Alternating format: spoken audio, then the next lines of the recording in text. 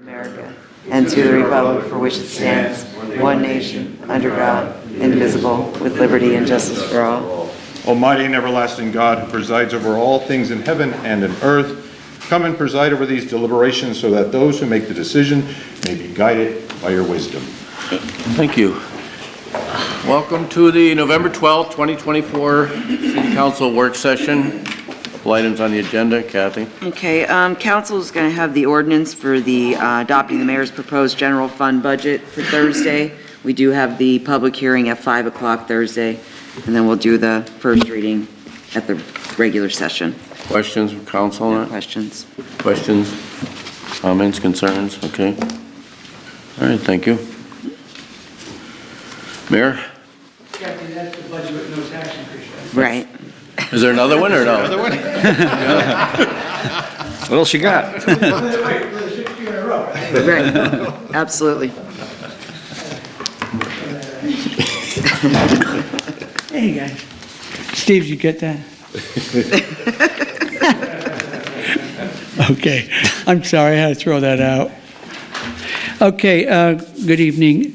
As far as the mayor's agenda, following resolutions, designated Mayor George C. Brown, Controller Tony Thomas as the officials to execute all documents and agreements between the City of Wilkes-Barre and the Commonwealth Financing Agency to facilitate and assist in obtaining a statewide local, which we call LSA, assessment grant of $500,000 from the Commonwealth Financing Authority to be used for the purchase of two 2025 cab and chassis refuge trucks with 20 cubic yard rear compaction packers mounted on them if the application is approved. Now, these are trucks that when you say, Mayor Brown, I need you to go down on this street or that street, and without your approval for these trucks, and you say that next time, I may not be able to go down this street or that street to pick up your garbage. So just so you know that before you consider that for vote or ask any questions.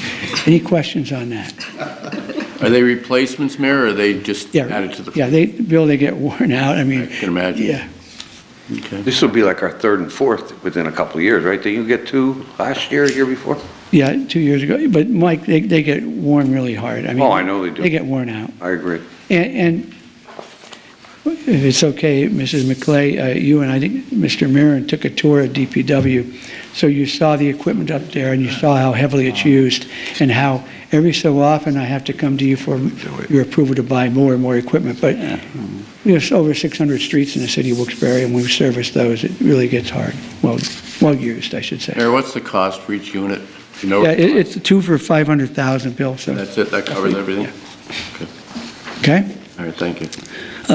Also next, designating Mayor George C. Brown, Controller Tony Thomas as the officials to execute all documents and agreements between the City, Wilkes-Barre, and the Commonwealth Financing Authority to facilitate and assist in obtaining a statewide local share assessment grant, $587,435 from the Commonwealth Financing Authority to be used for the King's College Safety and Security Project Phase 2, if the application is approved. Now, we do have representation from King's College here tonight, so if you have any questions, I'll be happy to ask the folks to stand up here and answer any questions you may have.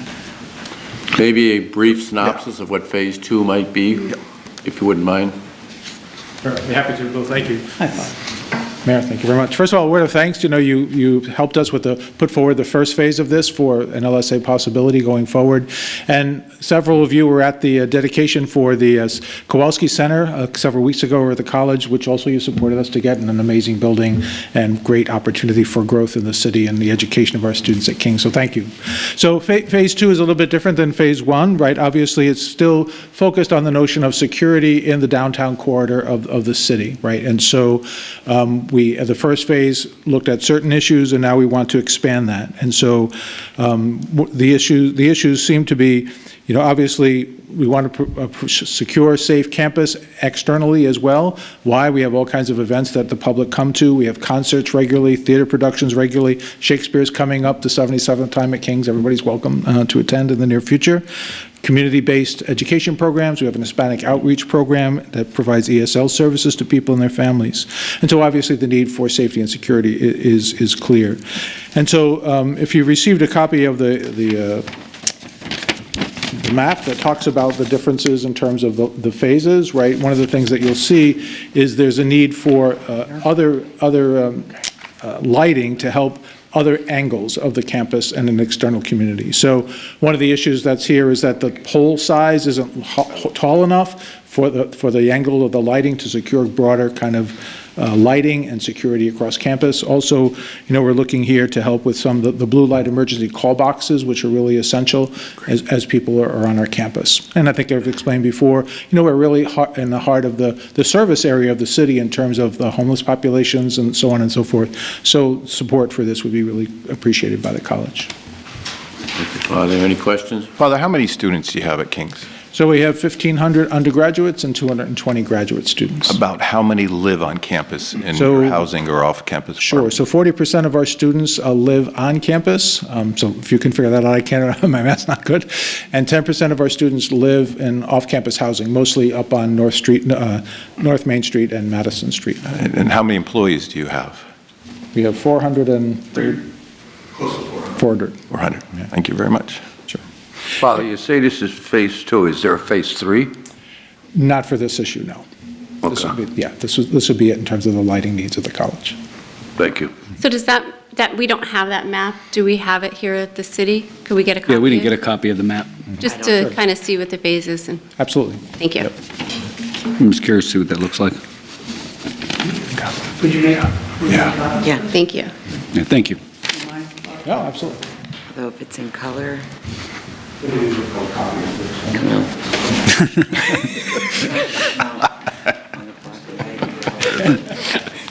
Thank you, Father. Any other questions on this?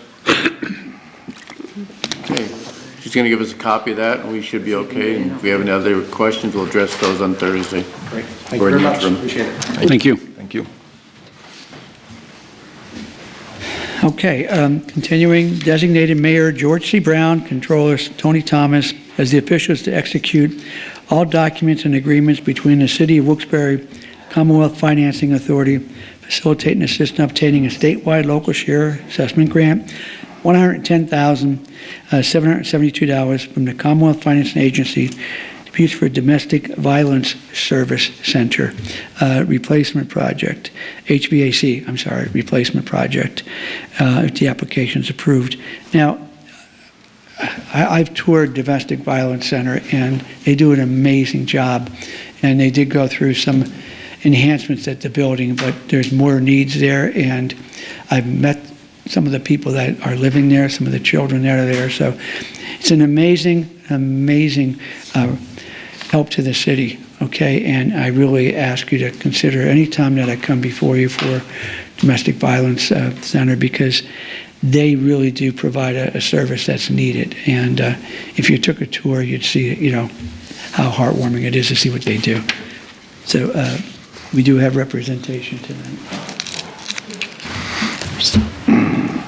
Good evening. Thank you for having me here today for this consideration. I'm Marcia Piga, and I'm the Executive Director at Domestic Violence Service Center. I've been there for a little over a year, and we are in need of a new heating and air cooling system. Ours is over 26 years old.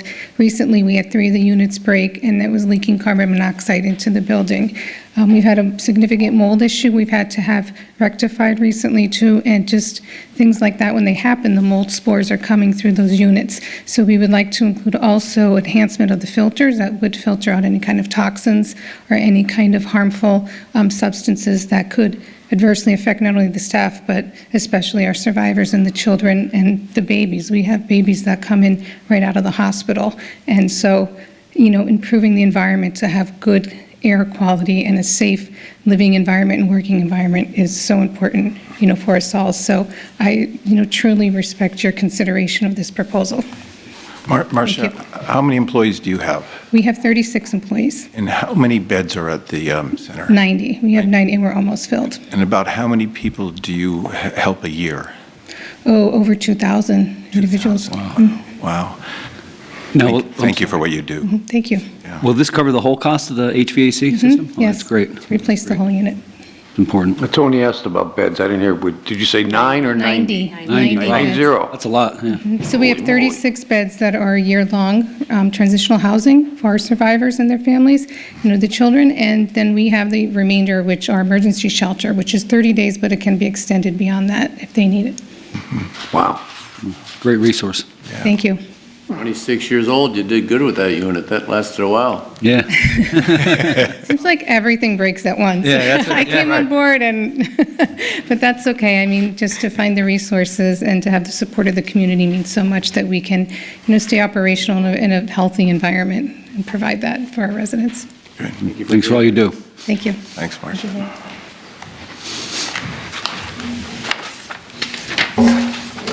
And also, we have one ordinance, and Police Chief Coffey is here if you should have any questions regarding this, but it's amending the rules and regulations for hiring and promotion of the Police Civil Service Commission. Chief, you want to give us a little brief synopsis? Yeah, well, Come on up. If you don't mind. Use that one.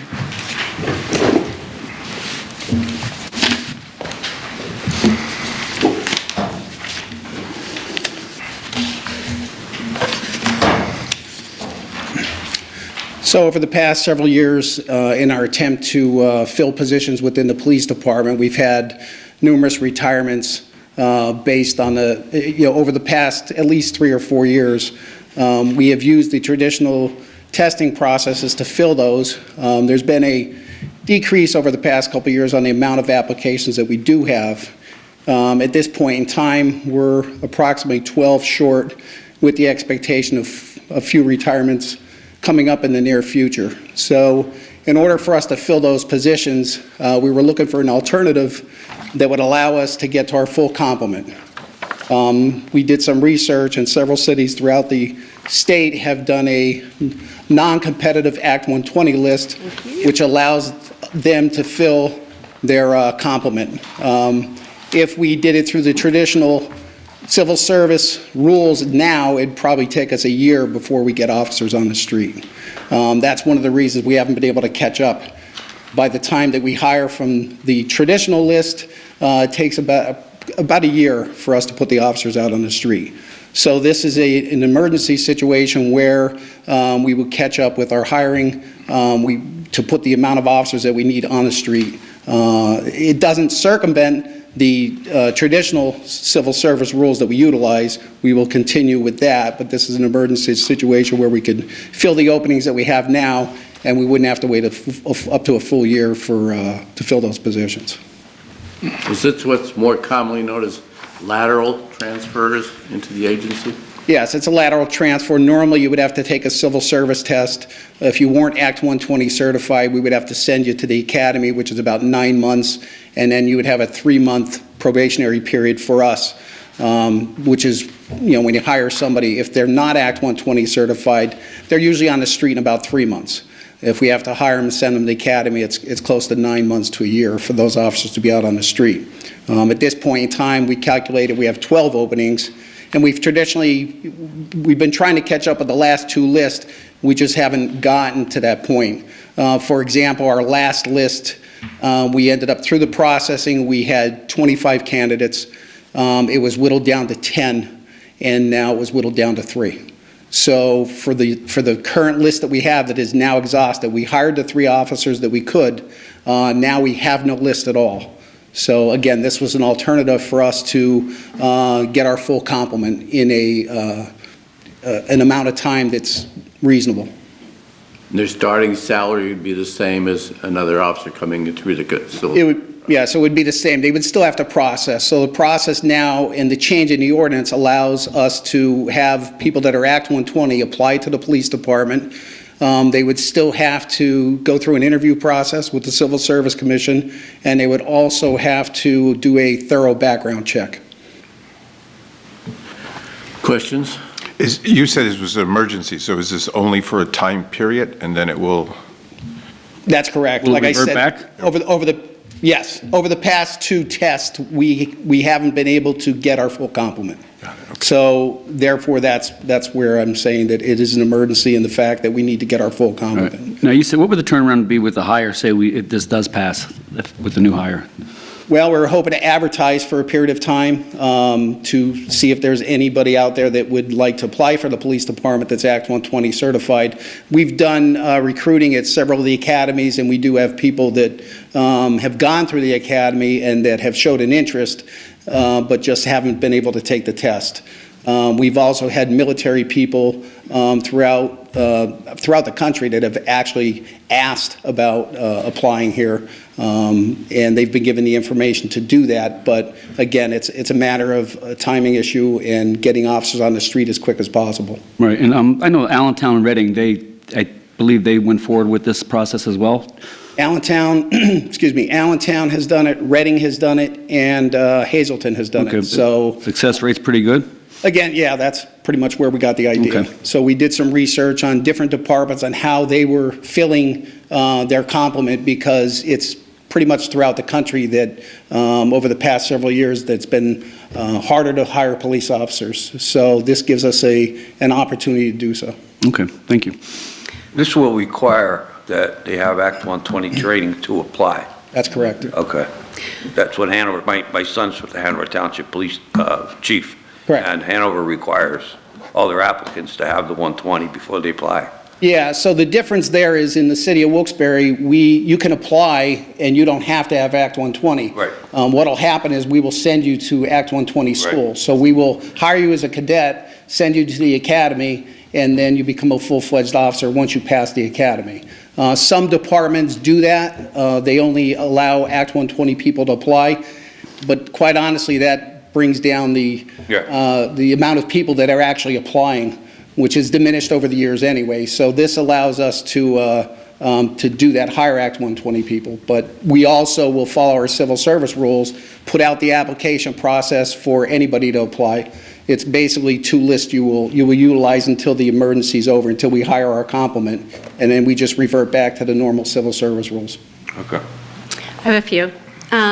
So are they going to be taking a physical? Because I know on some of your past tests, you've had some Act 120s apply who didn't pass the physical part, so obviously they didn't make our list. Will the Act 120s be taking a physical or just a background? No, the parts of the test that they would be missing would be the psychological, the physical agility, because them being Act 120 certified, they've already gone through that process. It's not something that we would have to duplicate. Okay. And then how would you make the list? So now currently it goes based off of your test score, how you do on your physical. How would you determine how they rank on that second list? Well, normally when you apply here, it's when you apply. Okay. It's time-stamped. So we have a website now that they can actually go on and they can actually apply online.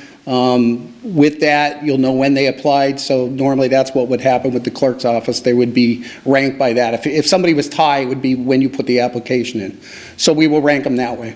Okay. And then, so has the police union, were they made aware of this? And the reason I ask is when I was on the fire civil service and we tried to change the test a little bit, I know that their union came and they kind of got involved. So has the union been made aware of the change that you want to make? They're aware of that I'm trying to get more people to be hired in a reasonable amount of time, yes, they're aware of that. Are they on board with it or not? I haven't heard anything other than they wanted to know about the background check. So every department we talked about that has done this has recommended that a thorough background check is done. But I'm not really concerned about that because we do that anyway. Okay. And I got 3 calls actually today about the change in this. So most of the calls were they were concerned about the politics being brought into this second list. So, you know, somebody's brother, somebody's cousin, so how do we, and we are Luzerne County, so unfortunately we have to think like this, how do we make sure that the politics are kept out of, because now with the civil service, there's no way, I mean, you all know when my son got hired, I had nothing to do with that. How do we keep that in line so that we make sure everybody's aware that, you know, that officer earned his spot? Well, that would be up to myself and the Civil Service Commissioner who would interview these individuals. Okay. And then, again, they would be put on that list. And as long as they've passed the background, then they would remain on that list and we would hire from that list until we get to the full complement. Okay. I think I'm good. Thank you. Anyone else? Thank you. Okay, thank you. George. I think that's all you have, Mayor, I believe. That's it? I know, and it's around there. Yep. Yeah. Mr. Belisco. Around there. Charlie, 580 and 582 South Franklin. Are we aware of that property? It's vacant and being told that needs to be raised. If you could have Danny Kratz or something to go down and take a look at it. They're telling me the roof is caving in. I have a picture of the property, but you can't tell anything from the picture. Yeah, I'll check with Danny and then we'll check. Take a swing down there. Needs an engineer report. Okay. And it can go on our line of possible tear down. Perfect, perfect. One other thing, I got a request for street light. The guy's saying where he lives, he doesn't have, there's not enough lighting outside of his house. Is it something we would look at? Horton and Houston. I think he said he lives on that corner. If he could have, I guess you'd really have to go at night, you know? Yeah, we have to check with the utility people now. Yeah, right. They're the ones that hang it and everything, right?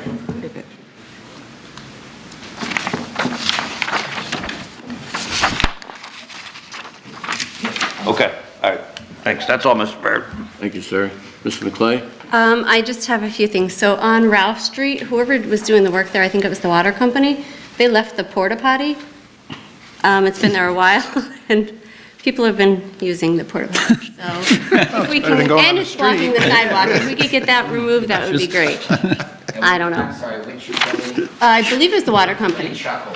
Yeah, the water company, when they redid their road. Yeah, they've been done for quite some time. That's all I have on that. And then, can we ask questions on the budget now? I just have one quick question. So I seen that the garbage sticker fees were increased on the revenue, but I saw that the tipping fee stayed the same. So if we're increasing the garbage, the amount of garbage we're gonna take, wouldn't our fees increase as well? Thank you. So basically, that's based on primarily the new businesses. So the thinking is that there would be more bags and tipping. The tipping would go up possibly some, but it was really based on when we had our projection of new businesses, new businesses in the city, that we had close to that amount, and that would be the increase. But we didn't move the tipping because we thought, again, we don't know when the new businesses are going to come in. So we're trying to project not only when, but how much. So we can't put nothing, but we don't know obviously what day they're going to come in. So the thought was to put it in the garbage bag because they're going to need the bag. It's on the front end. Maybe adjust the tipping at a subsequent date. Okay, so it's obviously not as accurate as it could be. Okay. And then, I think that's all I had on, surprisingly. Yeah, Excuse me, when we say bags, no, we refer to... the stickers, yeah. I'm sorry, but it's listed on the budget as bags, but what it means is we still do use bags, the small bags, but we changed over to stickers several years ago, so that does incorporate stickers also. Okay, yeah, I just saw that it was a huge increase of like 400,000, but I didn't see that change at all, so I just curious. And then one other thing on the budget, do you think it's possible that we can get next year, obviously not this budget, we can add in where we can get a year-to-date? So on, for example, the garbage, so you could tell us where we are as of September 30th, so that when the number increases by 400,000, I could say, okay, that seems reasonable, we've already brought in this much money. Yep, I'm sorry, we'll work with you on your requests. Okay. And we always have. So just make a request from us and we'll do our best to give you up to dates. Perfect. But it's probably be more than one item or two items, so Yeah. work with us, we'll work with you. Okay, great, thank you. That's it? I'm good. Mr. Marin? In front of Provincial Towers, there's the sidewalk starting to deteriorate. I don't know if anybody was aware of that. I know there's some markings with spray paint and stuff. I was down there the other day, and it's starting to flake and stuff, if somebody could look at that as well for me. And also that flashing light in Jess's area, it still has a mind of its own. Well, it was fixed and now it's broken again. So, yeah, that's the only two issues that I It's have. North Main And West, I believe West Elm, West Elm. yes. And that's all I have for today. Okay. Mr. Brooks? I was very pleased today because I saw one of my most favorite things being done. 19 trees were being planted out of 84 brand-new trees that are being done. I want to thank the city, Diamond City Partnership. I understand, well, I saw it up front that the students from Wilkes-Barre CTC was putting them in, and also the Pennsylvania Department of Forestry was there as well. So that was great to see. Another great thing that I want to point out is the Hazel Wall is under construction, and I was impressed that they can match the stone from 1933. That is phenomenal. It shows you that there are people who still have taste and style, but I'm glad we're matching it. That's good. Now the Engel Building. I want to go on record as opposing the demolition of the Engel Building. My constituents last night at the Downtown Residents Association were adamantly opposed to its demolition, and if it is, which I see it slated for demolition, a possibility to save some of the wonderful artwork that is within that 1893 Victorian building. Is it possible that we can do architectural salvage with the building? There is beautiful artwork all around, great embellishments on it. It is exactly the type of South Main Street building that we used to have all in the 1890s, and it would be wonderful to see it preserved. I do get upset with out-of-town developers that come down and destroy our architectural heritage, to have no respect for our local culture. And our architecture is a statement of us, what we believe and what our ancestors believed in. I would certainly like to see it preserved in some way. So I just wanted to go on record with that. Thank you. That it? Thank you, sir. I don't know about the rest of the districts, but in the last couple of days, I've had complaints, and parking enforcement through Charlie has responded about trailers and other items left on the streets. I don't know if people don't realize this, but there is an ordinance, as we know, against leaving a trailer, I don't care if it's a camper, a boat, a utility trailer, or whatever else you might have, on a street unattached to the towing vehicle. And parking enforcement, thank you to Charlie and to Rob and everybody who took care of those. I think they went out and informed people that they do need to move them, and especially with winter coming. Some people think they can leave their camper out on the street and it's immune from the 72-hour rule or whatever, but it's not supposed to be out on the street for any length of time. So again, thank you for addressing those concerns, and I know there's one or two more out there that we're going to have to address that I've seen that I know we're going to get complaints on. But that is all that I have. Anything else from council? No, nothing here. Mayor, we're good? You're okay? Okay, we'll see everybody Thursday.